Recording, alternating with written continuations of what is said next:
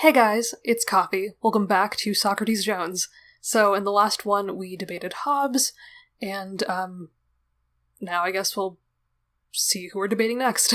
So anyway, let's continue on to Chapter 4, The Pursuit of Happiness. Well, I must say, Socrates, I'm impressed. Huh? Hobbes holds significant clout here in the intelligible realm. His ideas influenced later prominent thinkers such as John Locke, Jean-Jacques Rousseau, and Jean Rawls. Besting him, or even getting him to question the logic of his ideas, is a significant accomplishment. So, does this mean Dad gets to come home now? No, the door is still closed. Indeed. Your successes here, while impressive, cannot be construed as providing an answer. They only mean that Socrates is ready to face even greater challenges. Great. Okay then, so which arrogant know-it-all do I have the honor of facing next? I believe that would be me. Wait, is that? John Stuart Mill, at your service. Oh, doesn't she love him? Oh. It is... It is... who?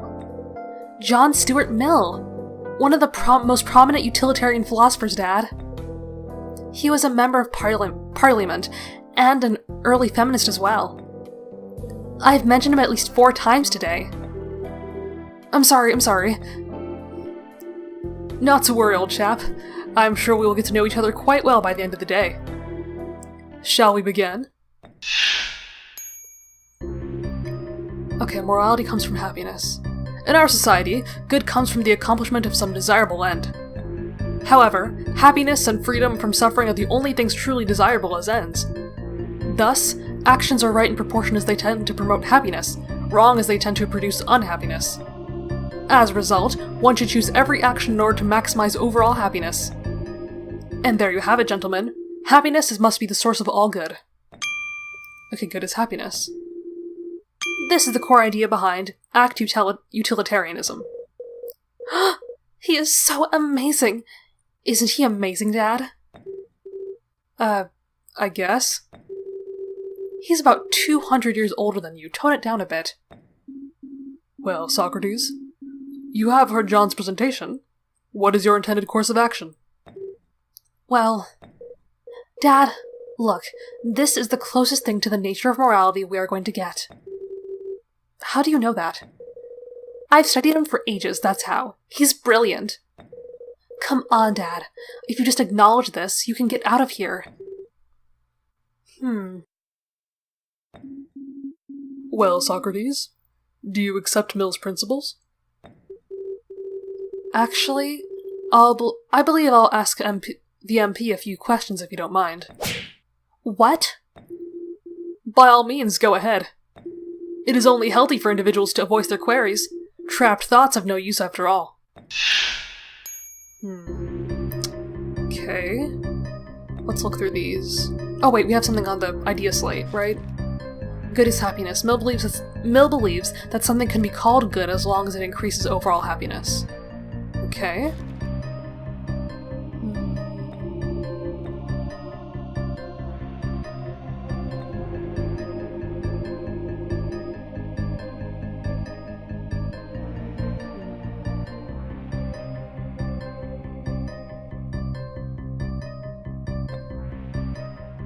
I guess if you can elaborate on how this is supposed to work.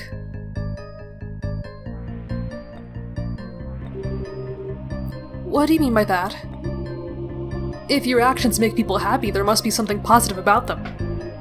Likewise, if your actions make people unhappy, there must be some negative quality to them. Simply put, an action is as right as the happiness it creates. But happiness for whom? For the self or for others?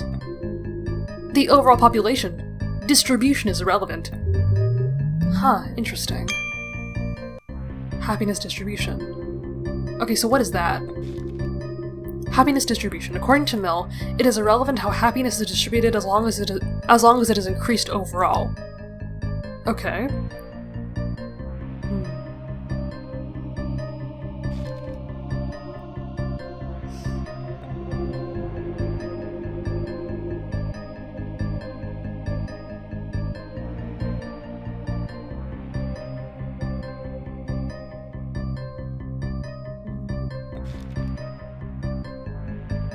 Wait, but how would they... I think I challenge it with this, right? Nonsense! Okay. John Stuart Mill. Yes, Socrates. I understand the reason behind your philosophy, but following your reasoning in all situations creates some worrisome implications. What? Dad, are you serious? Mill's philosophy is perfect. You can't just go, "Continue, Socrates." Gladly. The problem here is that happiness is not equivalently exchanged. It can be gained and lost in unequal measure. Since your philosophy does not care how happiness is distributed, this leads to some unfortunate scenarios. Oh really? Do explain. Let's say, for example, that I would gain twice as much happiness from punching Hobbes in the face as he would lose from being punched. The guy was already pretty miserable after all. According to your philosophy, in this situation, punching Hobbes would be entirely moral, as it would increase overall happiness. But as much as Hobbes is a jerk, I believe that violence would be the right course of action. Indeed. I think I prefer my debates not devolving into fistfights. But, Dad, that's just one example. Well then, let me provide another, Ari. Let's say there was a monster that would gain far more happiness from eating you than you could ever gain over the course of your life. Would the moral action then be to feed yourself to the monster? Your philosophy would say yes, but that seems preposterous, does it not? Dad, what are you doing? The situation would never arise. Bringing imaginary monsters into a debate? Is that really how you intend to get home? Nonsense! Actually, your father raises some good points. What? But... Ariadne, he who knows only his own side of the case knows little of that. As thinkers, it is our job not only to challenge the thoughts of others, but to challenge ourselves. Both of the thought experiments Socrates has presented are valid, and both are troubling. Judging every choice as it arises seems, upon reflection, difficult to defend. Are you serious? Please, don't let my dad run all over you. Not to worry, Ariadne. The core of my philosophy still stands strong. Allow me a moment, gentlemen, to present an altered position. Rules that promote happiness. The problem that you've described can be addressed through the application of universal rules. These rules should be chosen in order to create the most happiness possible with as little harm as possible. While these rules may not maximize overall happiness, they will at least guarantee that net happiness never decreases.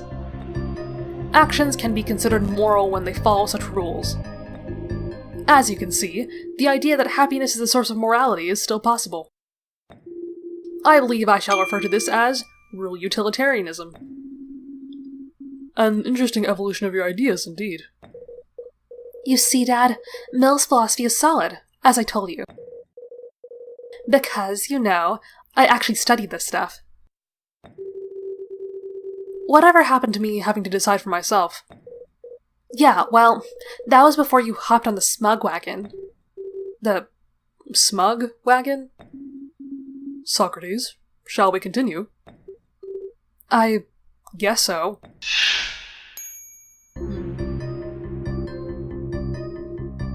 I'll just look through these really quick. Okay.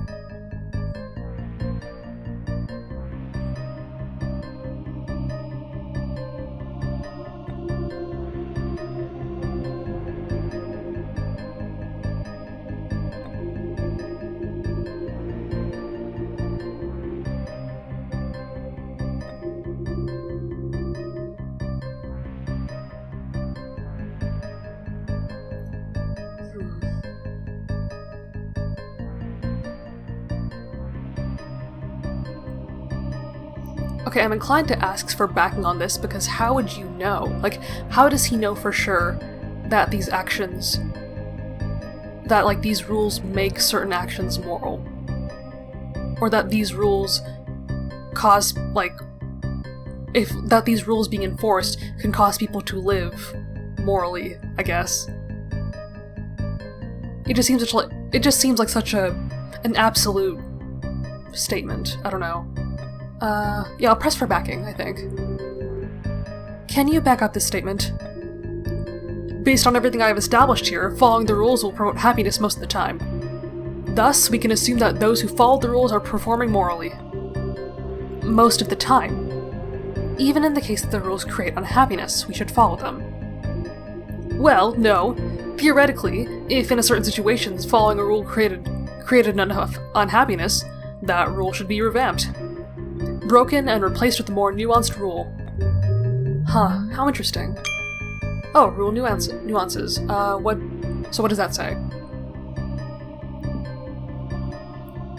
Rule nuances.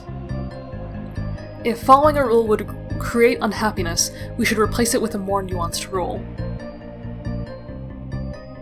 I mean, that sounds so tedious though, right? And also, isn't it kind of inevitable that everything you do is going to make someone unhappy?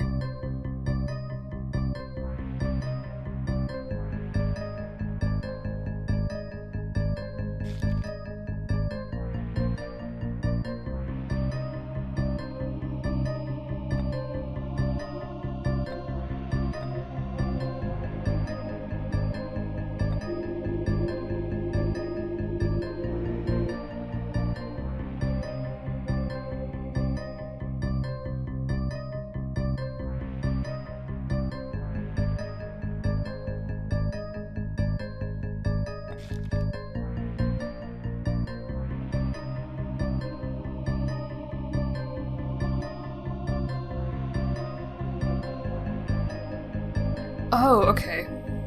That's interesting because, like, this statement here is saying that, like... So this statement here was saying that it's possible that these rules would actually cause some unhappiness. Or at least some harm. Even if it is as little harm as possible.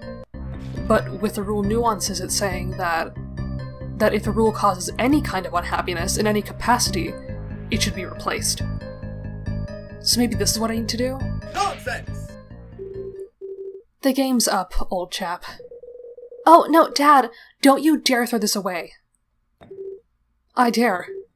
Ari, I know you idolize this man, but it's time to accept that these ideas are not my way out of here. For the philosophy he just proposed boils down to the same one as before. No, hold on. I think that's a bit unfair. Is it? John Stuart Mill, you said that rules should be created along lines which further happiness, is that correct? Of course. And that, when the rules fail to further happiness, they should be replaced with more nuanced rules. Yes, indeed. What is the problem? That's very different from his original idea. Is that so? Then answer me this. If you keep making the rules more and more nuanced, where will you wind up? Huh? You would wind up with the idea that we should act in order to promote happiness. What? The fact is, no matter what rules Mill comes up with, they will always be several steps removed from his original idea. And thus, they are imperfect promotions of happiness. We will have to keep replacing the rules to get closer to the original idea until we wind up back to where we started. That's true. Ah, an excellent deduction, Socrates. Indeed, most insightful. No matter how you spin it, rule utilitarianism ultimately boils down to act utilitarianism. And thus, all the problems we originally established are still there. Our happiness is just waiting for a giant monster to come and gobble it up. No! No! No! Ah! Ari! You are the monster, Dad. The real monster. Don't you see what you're doing? This could have been your only hope of getting back. Our only hope of getting back. Ari, You are useless, Dad! Did you even stop to consider? I wasted my life to give you this chance. What? What did you just say? What did you mean just now, Ari? I put my own life on the line so you could take the challenge. Oh, so she doesn't get to go back either?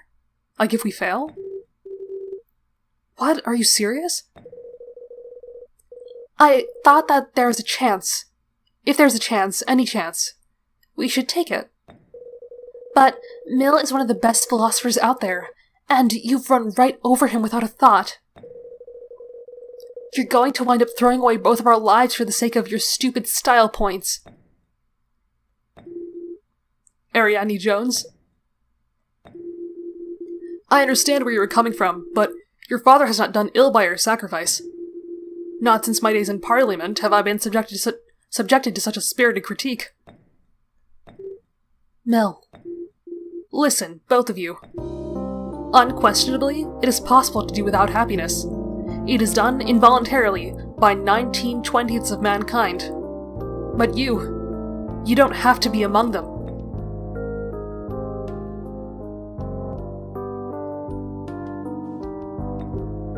Ari, why didn't you discuss this with me? Would you have taken the challenge if I had? Dad, I couldn't just let you die. If I had, the loss of happiness would have been too great. But the Arbiter told me the challenge was the only way to bring you back. But the reward could only match what was at stake, so I... What were you thinking, Ari? You should have gone home. You'd have done the same thing if it were me. Yes, well, you're my daughter, and you're my father, and believe it or not, I don't want to lose you. I did this because I honestly thought you deserved a chance, and I've been helping you however I could. But you're not even taking this seriously. How could you say that? You've faced philosophers with so many different ideas, so many different outlooks. Any one of them could have been onto something, but you've torn them all apart without a thought.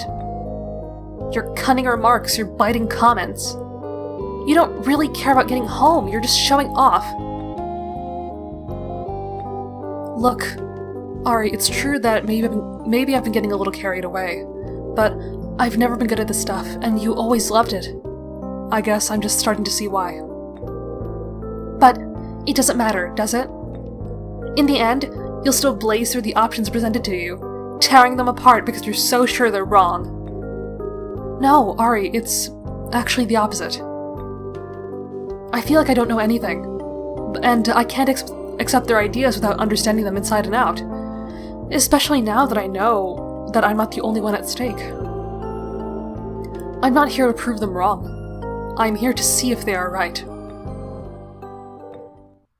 I'm sorry. Huh? Mel was right. You've really been working hard, It's okay, Ari. I understand. Really? Yeah, your dad is a doofus sometimes. You shouldn't have done something like that, but I'll ground you for it when we get back home. And promise me you will never take up gambling, okay? You're smart, but you don't have a knack for playing the odds. Heh, I guess not. Arbiter.